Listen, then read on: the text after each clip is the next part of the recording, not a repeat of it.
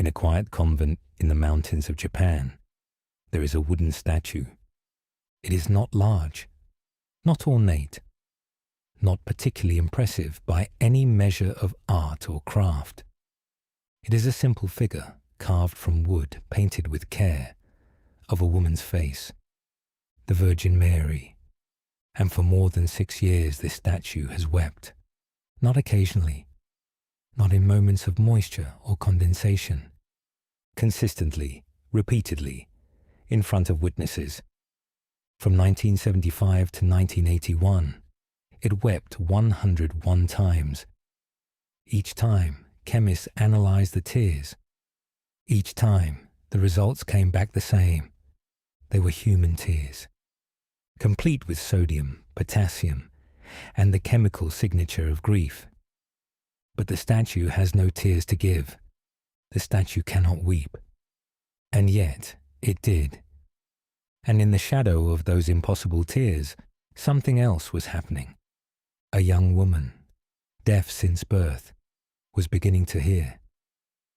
This is the story of Akita, of a miracle that science cannot explain, and the Vatican can no longer deny.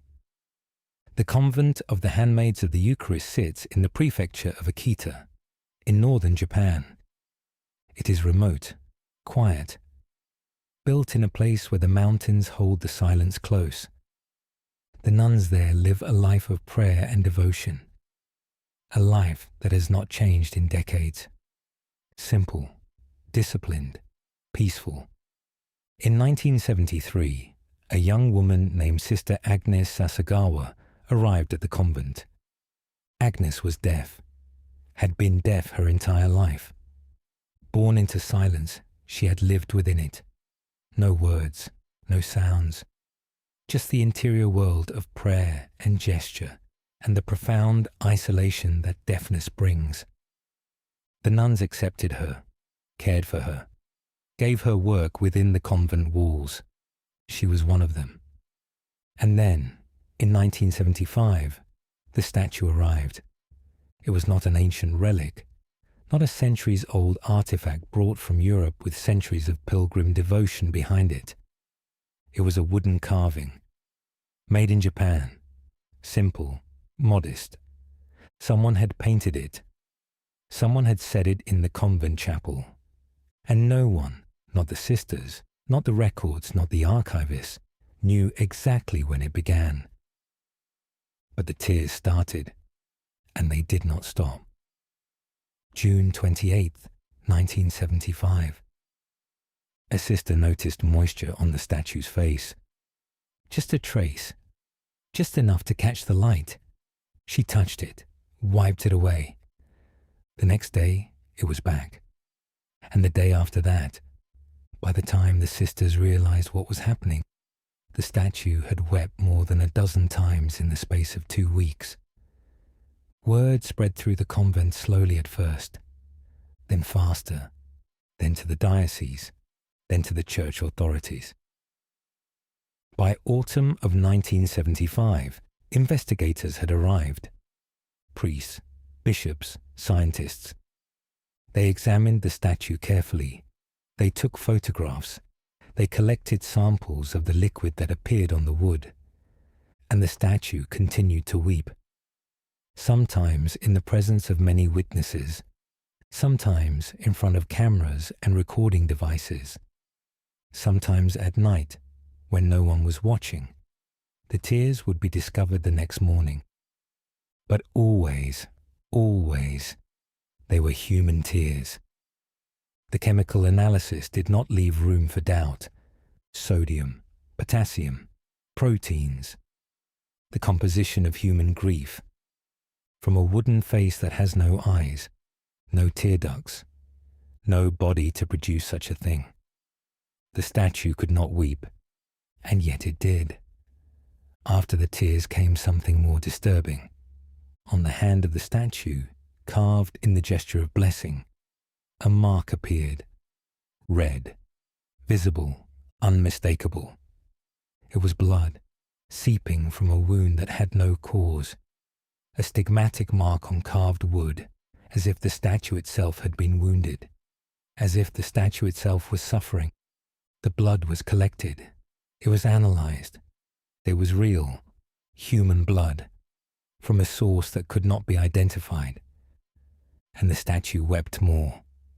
The tears came in different volumes now, sometimes light, sometimes heavy, sometimes accompanied by what witnesses described as a visible sadness in the wooden face. Though this should have been impossible. The statue could not change expression. The paint was static. The carving was fixed. And yet visitors to the chapel reported the same thing over and over. The statue looked sorrowful. The statue looked, if wood could feel, afraid. By 1976, the local bishop had begun a formal investigation, not as a matter of faith, but as a matter of documentation. Something was happening in that chapel, and the church needed to understand it. While the statue wept, Sister Agnes Sasagawa continued her life in the convent. Deaf, silent, living in the interior world that is the only world a deaf person knows.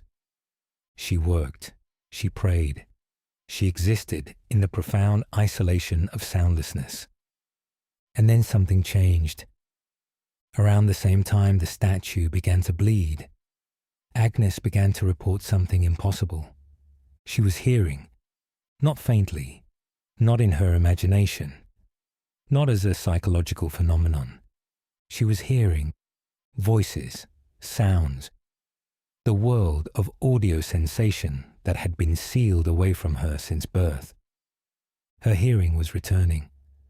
The medical documentation is clear on this point. Agnes Sasagawa had been profoundly deaf, congenitally deaf, for her entire life. No treatment had ever given her hearing, no surgery, no medication, no intervention had ever restored even partial auditory function. And then it came back, completely, fully, without medical explanation. The church investigated this as well. They interviewed her doctors. They reviewed her medical history.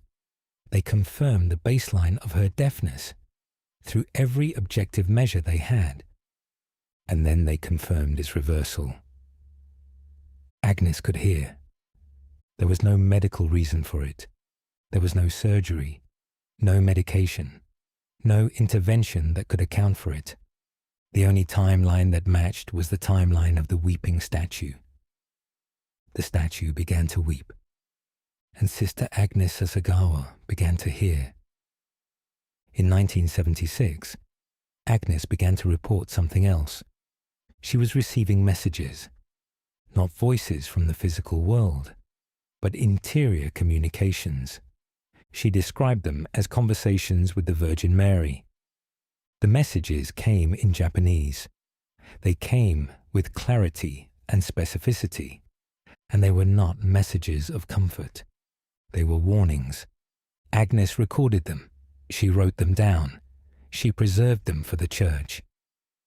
The messages spoke of suffering, of a world in need of repentance, of calamities that would come if humanity did not change its path. The language was apocalyptic.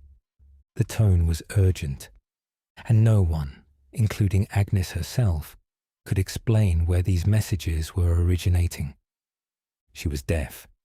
She had no education in theology. She had no reason to produce such specific and elaborate messages on her own.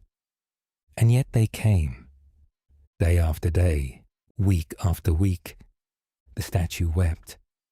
Agnes heard. Agnes received messages. And the diocese continued to document everything. Priests interviewed her repeatedly. Bishops examined her claims. Scientists tested the tears. And no one, not a single investigator, could find evidence of deception. Agnes was not lying. The tears were real. The blood was real. The hearing was real. And the messages, whether one believed their origin or not, were being received with absolute sincerity. By 1984, the investigation had been completed. 9 years of documentation, thousands of interviews, hundreds of samples and tests. The church had done something remarkable. It had taken a phenomenon that should have been dismissed as mass hysteria or fraud, and it had examined it with the same rigor that science would use. On March 25, 1984, Bishop John Shojiro of Niigata made an announcement. He declared the weeping statue of Akita to be of supernatural origin. He recognized the phenomena as genuine. He endorsed the messages as worthy of devotion. And perhaps most remarkably, in a statement that surprised even Vatican observers, the Church supported and verified the miraculous healing of Sister Agnes Sasagawa's deafness. This was extraordinary. The Catholic Church moves slowly. It demands evidence. It investigates thoroughly. It is skeptical of claims that seem to exceed the boundaries of natural explanation. And yet, in the case of Akita, it had found the evidence compelling enough to declare officially that a miracle had occurred. Not one miracle, but multiple miracles. A statue that weeps human tears. A statue that bled from a stigmatic wound. A woman born deaf who regained her hearing.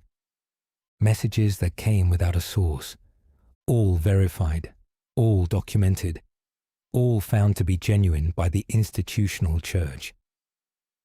The Vatican had spoken. Akita was real. The weeping stopped in 1981.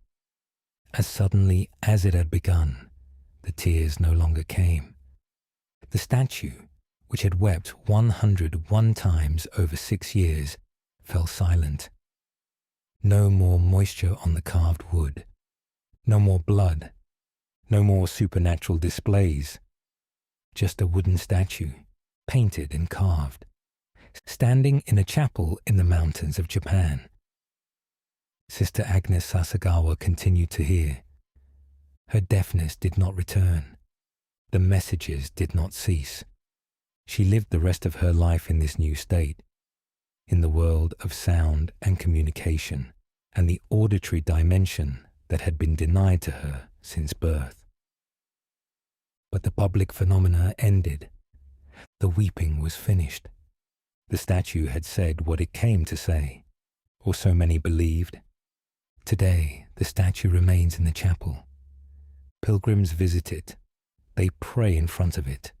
They touch the wood and feel the history that is embedded in that grain. And some visitors report the same thing over and over. They say the statue looks sad. They say they feel, in its presence, a profound sense of sorrow. They say it is difficult to stand before it without experiencing a deep, inexplicable emotion. Whether that is the power of the statue itself or the power of knowing its history, no one can say. But the reports persist, and the statue stands, silent now, but remembered. The weeping statue of Akita has been subjected to investigation by science, by the church, by skeptics, by believers. And the fundamental questions remain unanswered. How does a wooden carving produce human tears? What mechanism would allow such a thing to occur? No materialist explanation has been offered that accounts for the documented phenomena. No psychological explanation has been proposed that fits the details. No fraud has been discovered, despite 9 years of investigation by professional skeptics and church authorities. The tears were human. The blood was real. The healing of deafness cannot be medically explained. The messages came without a source. These facts remain unexplained, officially verified, and still unresolved. The Church has claimed supernatural agency. Science has offered no alternative. And the wooden statue in the chapel in Akita continues to hold its silence. Whatever message it came to deliver, it has delivered. Whatever purpose it has served, and now it stands. A witness to something that should not have been possible. A reminder that there are still mysteries that our modern world cannot account for. Still phenomena that exceed our categories. Still events that resist explanation. And still, in the heart of a quiet convent in the mountains, a wooden face that once wept for the world. And we do not know why. Akita is not an ancient mystery lost to time. It is a modern case, documented in the 20th century, investigated in real time, officially verified by the institutional church, and still unexplained. The weeping statue should not exist. The healing of Sister Agnes Sasagawa should not have occurred. The messages should not have been received. And yet, all of these things happened in front of witnesses, in front of cameras, in front of priests and scientists and skeptics who came determined to find fraud. And they found only mystery. If this unsettled you, if you find yourself thinking about that wooden face and those impossible tears, subscribe. There are more cases where this came from. More files, more mysteries that the world cannot explain. The Night Archivist. We document what others won't.